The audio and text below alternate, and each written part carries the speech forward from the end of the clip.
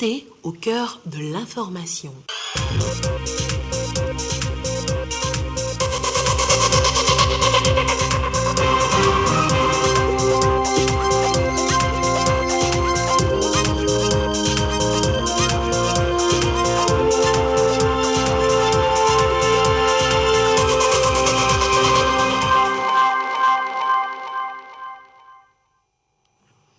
Il est l'heure du journal sur la télévision togolaise. Madame, monsieur, bonsoir et voici les titres de cette édition. Grosse pluie sur Lomé ce mercredi. Pluie synonyme de fraîcheur mais malheureusement de sinistre. Un arbre déraciné s'est abattu sur des véhicules stationnés. Et puis, le verdict du procès de l'assassinat de Thomas Sankara est tombé ce mercredi. L'ex-président Blaise Compaoré est condamné à la perpétuité. Il est reconnu coupable du meurtre de son prédécesseur. Le récit dans ce journal. Voilà donc pour les titres. Lomé était sous la pluie ce mercredi. Après la chaleur accablante de ces dernières semaines, les populations de la capitale renouent donc avec la fraîcheur. Mais la pluie n'a pas fait que des heureux. Le vent violent qui a précédé la pluie a déraciné un baobab qui a malheureusement atterri sur des véhicules en stationnement. Le sinistre est survenu dans le quartier Agbalé-Pédogan. Sandra Agbotier et Marie-Ange Bida pour le récit. Un grand baobab déraciné, témoin de la forte intensité de la grosse pluie ce mercredi sur Lomé. À notre grande surprise, il y avait eu une pluie et puis ça sonnait vers midi et on a constaté que d'un seul coup, le baobab s'est tombé sur 4 voitures. Et puis nous rendons grâce qu'il n'y a pas de dégâts corporels. Pas de dégâts corporels, pas de pertes en vies humaines. Mais des 4 véhicules sinistrés, 2 sont irrécupérables. Alertés, la mairie et les secours ont accouru. Après l'appel de l'agence Salam, nous sommes venus et on a appelé la NASAP et les sapeurs-pompiers qui sont venus nous assister. Et tous en appui, les 3 équipes, la mairie, la NASAP et les sapeurs-pompiers, nous tous, on a travaillé ensemble pour pouvoir libérer les voitures. C'est un grand baobab. Et effectivement, il fallait tout faire, bien que les camions étant déjà endommagés, on faisait tout pour ne pas les endommager de plus. Une fois sur place, les tronçonneuses ont fait le reste. Du grand baobab tombé, il ne reste plus que des morceaux de bois qui jonchent le lieu du sinistre. Elles aussi ont été sinistrées par des tornades. Les populations de la baie de Zion ont vu le toit de leur maison emporté. Eh bien, le gouvernement a volé à leur secours cette semaine. Le compte rendu avec Edwige Atapabassabi et Sandra Aziagbi. Tôle ondulée, pointe de tôle, des chevrons et perches. C'est l'essentiel de ce lot de matériaux de construction. Il est destiné aux sinistrés des préfectures Zio et Ave. L'acte fait suite aux dégâts causés par la tornade en février dernier. Pris de compassion, le gouvernement exprime sa solidarité. Elle s'est activée ensemble avec le ministre de l'Enseignement pour mobiliser le nécessaire afin de venir en aide et vous soulager dans tous les soucis que vous avez eu à vivre suite à ces intempéries. Avec les premières pluies, la préfecture de Zio, notamment la commune Zio 4, les villages de Gapé et ses environs, les populations ont connu beaucoup de dégâts. Des établissements qui se sont décoiffés, des maisons décoiffées.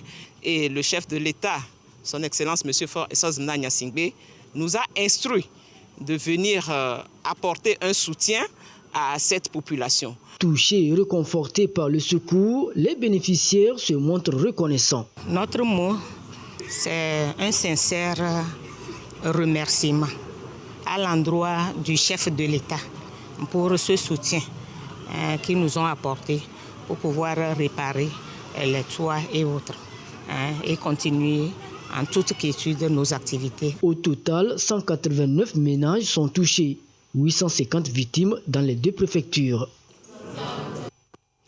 Assistance apportée également aux membres de l'équipage du navire échoué depuis quelques jours au large des côtes togolaises à hauteur de l'hôtel Sarakawa. Que s'est-il passé concrètement et quelles sont les dispositions prises? Le récit est fait avec Edwige Atapabassabi et la voix de Gerson Dovo. Ce n'est pas un dimanche et pourtant la plage est bondée de monde. La foule attirée par ce navire accosté, le Trust 79 battant pavillon ghanéen, a échoué lundi à la plage de Lomé à hauteur de l'hôtel Sarakawa. Venu voir si c'est réel ou bien donc on a essayé pour voir et effectivement c'est réel. Donc nous sommes au bord de la mer comme ça. We thank God for what happened in this beach. It did not kill anyone. We thank God because it's not easy for someone to be inside this ship and is safe. So we give God the glory. À son bord, des membres de l'équipage, tous sauvés. La panne était causée depuis la haute mer. Et puis on avait essayé d'appeler les secours, mais les secours n'étaient pas vite arrivés. C'est pourquoi la mer nous a poussés, parce que la force que la mer exerce, qui nous a fait pousser jusqu'au territoire, à la plage ici. On est en train d'arranger les moteurs. Parce que le moteur, il y a un problème de panne. C'est pourquoi le bateau se déraille. Donc il y a l'eau aussi le bateau s'est ignoré, quoi. Donc nous sommes en train d'enlever l'eau pour jeter. Et puis jusqu'à peu de temps, on peut redémarrer le bateau et puis le faire partir. Aussitôt informé, l'organisme national chargé de l'action de l'État en mer a mis en place une cellule de crise. La préfecture a mobilisé des moyens nautiques. Du secours est apporté à ce navire sinistré. Nous avons pris des mesures pour débarquer tout le carburant qui était à bord, ainsi que les huiles, pour éviter la pollution, au cas où, dans les manœuvres de les ramener à l'eau, il y avait quelque chose qui ne marchait pas et qui soit à l'eau. Donc, aujourd'hui, je peux vous affirmer que ce bateau ne présente pas un danger pour l'environnement. Selon les informations, le navire est en attente de réparation dans un chantier à Lomé. Immobilisé sur cette plage, il continue d'attiser la curiosité de la population. Certains sont même tentés de monter à bord, ce qui est dangereux. Attention donc à ne pas s'en approcher. Les éleveurs de porcs de la région des Savanes luttent contre un adversaire redoutable depuis plusieurs mois déjà, la peste porcine africaine qui décime leurs animaux. Comment y remédier alors? Il leur faut acquérir et adopter de bonnes pratiques d'élevage. Le compte rendu depuis Dapan de Gérard Lagoudou. Sur le plan national, la région des Savanes occupe la première place en matière de production filière porcine. Mais ces dernières années, le secteur est confronté à des difficultés liées à la peste porcine africaine.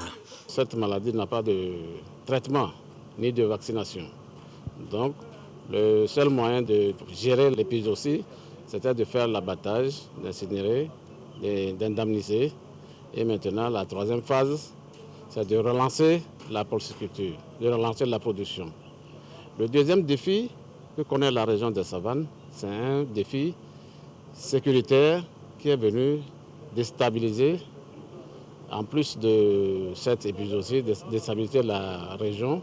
En vue d'appuyer les acteurs concernés pour une reprise de leurs activités, le ministère en charge de l'élevage a initié la présente séance de renforcement des capacités en partenariat avec la FAO dans le contexte du programme de résilience de la population de la région des Savanes initié par le chef de l'État. Le problème de la peste porcine africaine, c'est l'élevage en divagation. Donc ici, nous allons leur apprendre comment faire des habitats en utilisant les matériaux locaux avec très moins cher mais très résistants pour pouvoir contenir les animaux. Deuxièmement, c'est l'alimentation, la formulation de l'alimentation à partir des résidus alimentaires traditionnels que nous avons. Et enfin, la troisième thématique, c'est les mesures de biosécurité et de prophylaxie, un suivi vétérinaire. Que ce soit la santé humaine ou animale, nous parlons d'une seule santé, parce que nous avons pu observer que des maladies passent du cheptel ou du monde animal vers les humains et vice-versa. Et donc, nous visons certaines maladies. Et dans le cadre de notre atelier, c'est la peste porcine africaine. Ces participants repartiront non seulement avec des guides de bonnes pratiques et des tests réglementaires, mais également avec des kits géniteurs pour relancer la filière porcine dans la région des Savanes. La présente rencontre se tiendra également dans les autres régions, mais pas de distribution de kits géniteurs. Et ces éleveurs découvrent donc de bonnes pratiques d'élevage et les chefs d'entreprise à Lomé, eux, se familiarisent avec de bonnes pratiques managériales. L'idée de l'ANPGF est de leur permettre d'avoir des entreprises florissantes. Lorraine Peto, Immaculée Baoui Abalo et Pierre Soussouko. Training Day de l'ANPGF, une session ouverte aux chefs d'entreprise de PME et PMI. Une formation pour renforcer leurs compétences managériales dans les appels d'offres.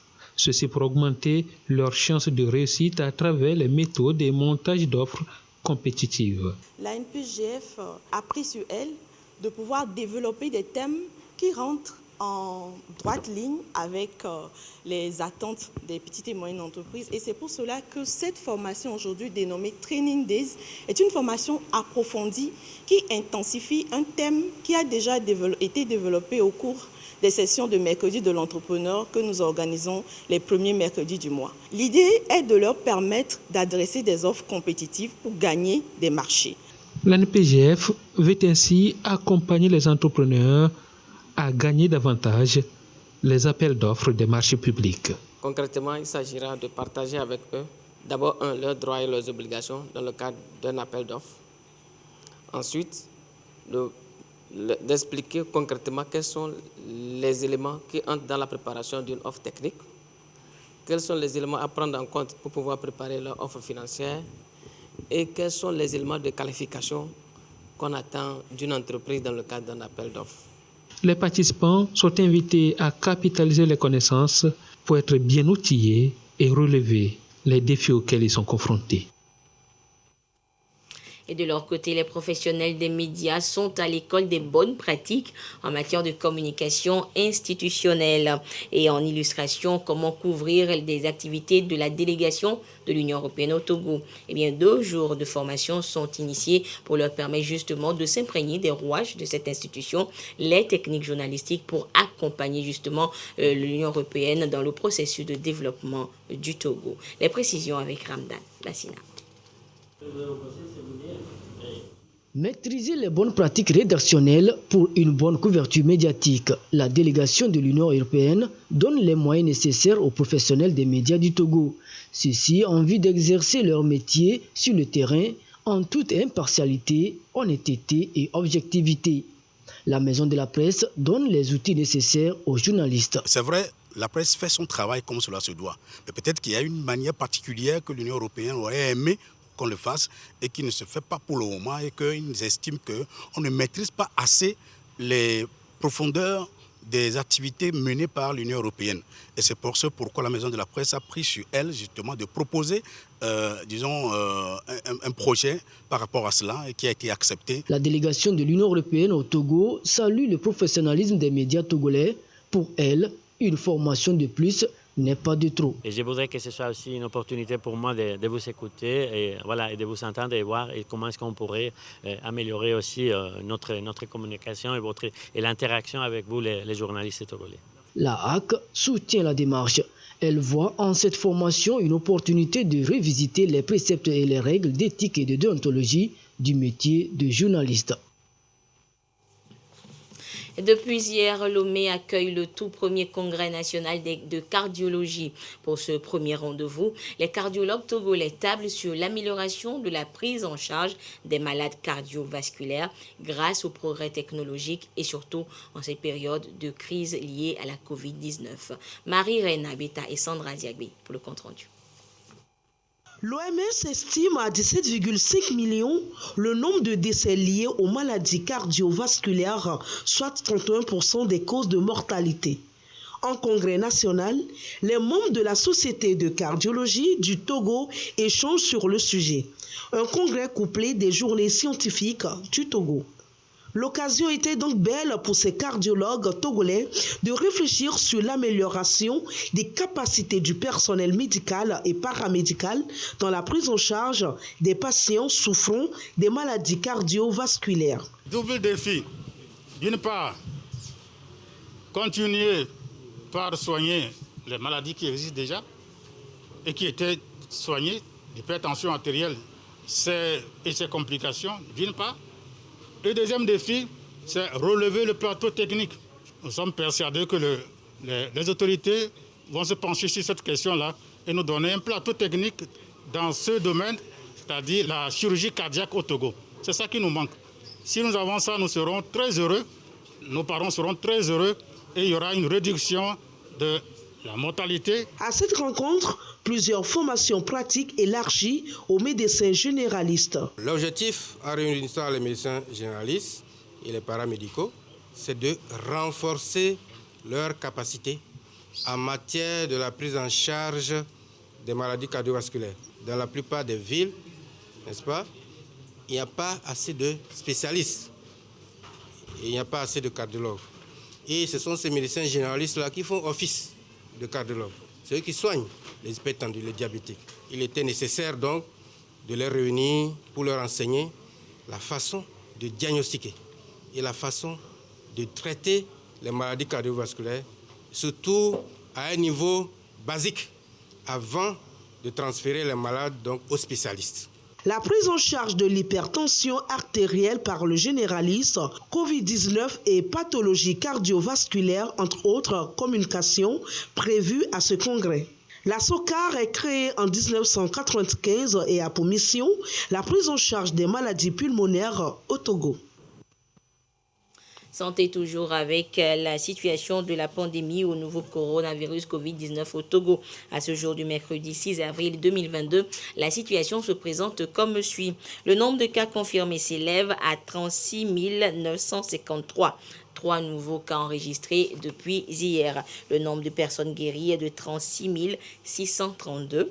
10 nouveaux guéris enregistrés depuis hier. Le nombre de cas actifs s'élève à 49 et le nombre de décès est de 272.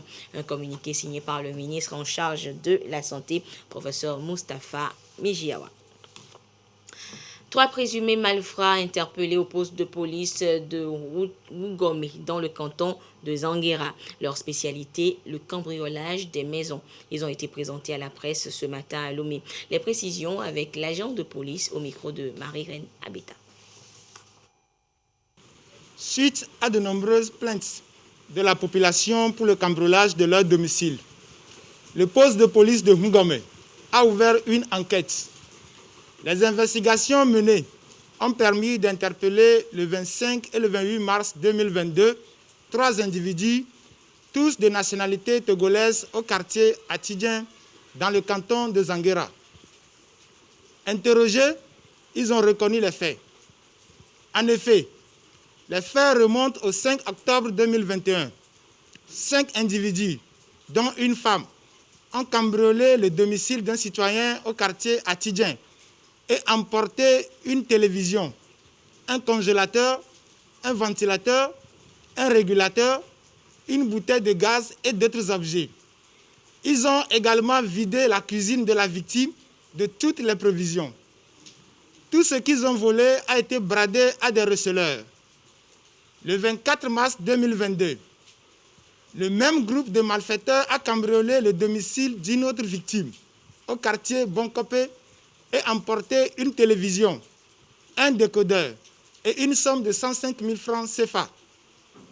Leur mode opératoire consiste à laisser un guetteur aux alentours de la maison de la victime pendant que les autres escaladent le mur pour ensuite défoncer la porte du salon et faire sortir les effets de la victime. Une fois les effets emportés, ils se dirigent au centre-ville de Lomé où ils disposent de complices et de receleurs à qui ils les revendent. Les 5 individus interpellés seront présentés au procureur de la République pour répondre de leurs actes. 2 autres membres de ce groupement de malfaiteurs en fuite sont activement recherchés. C'est le lieu pour la police nationale d'appeler la population à plus de vigilance et à collaborer davantage avec les forces de sécurité. Vigilance donc. Les travaux de la route Lomé-Kalimé avancent bien. Malheureusement, à certains endroits de la voie, les accidents, eux, se multiplient. Le cas du rond-point à Tigangomé. À cet endroit, on peut enregistrer jusqu'à 5 accidents par jour. Les riverains témoignent. C'est un dossier signé Ekwe Salah. Rond-point Assiyeye sur l'axe Lomé-Palimé. Attention, danger permanent. Depuis le dédoublement de la voie, les accidents ont été multipliés par 2, voire par 3. Les taxis-motos l'affirment, on peut compter jusqu'à 5 accidents par jour. Très souvent, ceux qui viennent d'Assiyeye prennent le sens interdit et cela provoque les accidents. Les feux tricolores n'existent pas aussi. Les gens n'empruntent pas la bonne voie. Ils passent par le sens interdit. Il y a plus d'accidents la nuit avec souvent des pertes en vies humaines. Un problème qu'on retrouve sur bien d'autres points de cette voie, comme ici au carrefour entrée d'Idjolé. La voie ferrée qui traverse le carrefour n'est jamais respectée. Même la présence des agents de police n'arrive pas à dissuader. Les forces de l'ordre viennent, ils font ce qu'ils peuvent faire. Parce qu'il n'y a pas feu rouge aussi. Donc s'il y a feu rouge aussi, ça devrait les avantager. Il n'y a pas feu rouge. Donc d'autres contours, ils passent par les sens interdits. Ils passent par les sens interdits. Donc c'est ça qui cause souvent aussi l'accident. De son côté, la société Ebomaf affirme que les travaux sont en passe de s'achever. Des panneaux de signalisation sont prévus. En attendant, les usagers de la route sont appelés à plus de prudence et surtout au respect des règles. Il y a urgence. Depuis quelques mois, le nombre d'accidents augmente sur la nouvelle route de façon inquiétante. Respect donc du code de la route. Les fondements du vivre ensemble par le sport. C'est le thème d'une journée de réflexion initiée par l'association AVE. Elle veut promouvoir le sport rassembleur. Le compte rendu avec Sandra Agboutier et Pierre Soussoupo. Le vivre ensemble à travers le sport. L'association Apprenons à vivre ensemble travaille à traduire l'esprit du vivre ensemble dans la vie de tous les jours avec comme valeur cardinale paix et solidarité. Objectif, contribuer à réduire les inégalités sociales. Le sport rassemble, c'est un élément fédérateur dans une société. Et nous avons pensé que si le Togolais veut vivre ensemble réellement, il gagne. Donc c'est partant de là que nous avons pensé qu'au moins pour notre sortie première, on doit faire quelque chose avec le sport qui rassemble. Là, ce qui fait obstacle, c'est l'envie, la jalousie, la destruction de l'autre, la non-reconnaissance de la valeur de l'autre, la félonie. C'est ça, c'est les éléments, le tribalisme, l'ethnicisme, le régionalisme. C'est des éléments catalyseurs du non-vivre ensemble au Togo. Pour l'association, le sport reste le pivot central pour faire de l'éducation, de l'intégration, un ciment de la vie sociale. Nous avons fait ce focus sur le sport pour dire que le sport a cette vocation. Non seulement il procure un bien-être, un physique, un mental, psychologique à celui qui le pratique, mais également constitue l'un des facteurs fondamentaux pour pouvoir conquérir le cœur de tous les citoyens, pour pouvoir mettre les citoyens ensemble autour d'une même table, dans une même communauté. Et c'est ça, le vivre ensemble. Porté sur les fonds baptismaux il y a 4 ans, l'association AVE a fait de la sensibilisation son thème d'évangélisation pour plus de vivre ensemble. L'actualité à l'étranger nous amène au Mali où le gouvernement dément les accusations de l'ONG Human Rights Watch à l'encontre de l'armée malienne. Dans un rapport rendu public hier, l'ONG accuse l'armée d'avoir tué des centaines de civils dans la ville de Moura. Le Mali dément les accusations de l'ONG Human Rights Watch. Dans un rapport publié mardi, l'ONG accuse les forces maliennes et des combattants russes présumés d'avoir tué environ 300 civils fin mars dans la ville de Moura.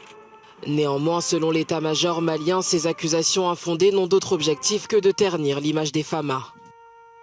Les FAMA sont intervenus à Moura, pas pour aller tuer des civils, dont nous avons la charge de protéger.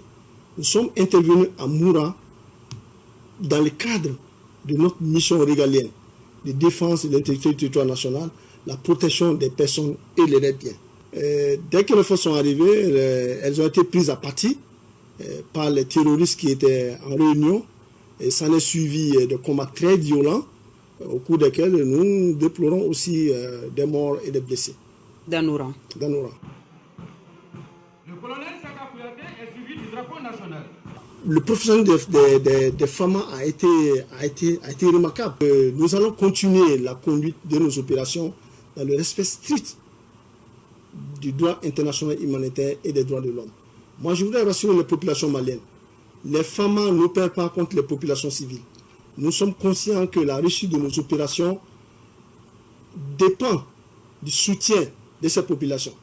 Et tant que les populations sont sécurisées, tant que les populations sont protégées, nous savons que nous sommes en train de mener à bien nos missions.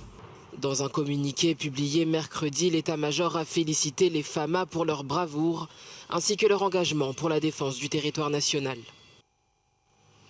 C'est l'actualité du jour, c'est l'information du jour. Blaise Compaoré n'est pas sur le territoire burkinabé, mais c'est un symbole. Il a été condamné ce mercredi à perpétuité, reconnu coupable du meurtre de Thomas Sankara.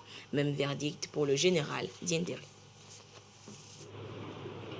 Les trois principaux accusés de l'assassinat de l'ex-président du Burkina Faso, Thomas Sankara, ont été condamnés mercredi à la prison à perpétuité par le tribunal militaire de Ouagadougou.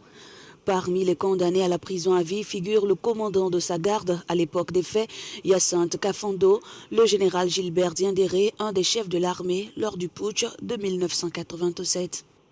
Le général Diendéré purge déjà une peine de 20 ans de prison pour sa participation à une tentative de coup d'État en 2015, un an après la chute de Blaise Compaoré. L'ancien chef de l'État burkinabé exilé en Côte d'Ivoire a lui aussi été condamné à la prison à perpétuité. Les trois hommes sont condamnés pour attentat à la sûreté de l'État. Blaise Compaoré et Gilbert Diendéré sont également reconnus coupables de complicité d'assassinat et Hyacinthe Kafando soupçonné d'avoir mené le commando qui a tué Thomas Sankara.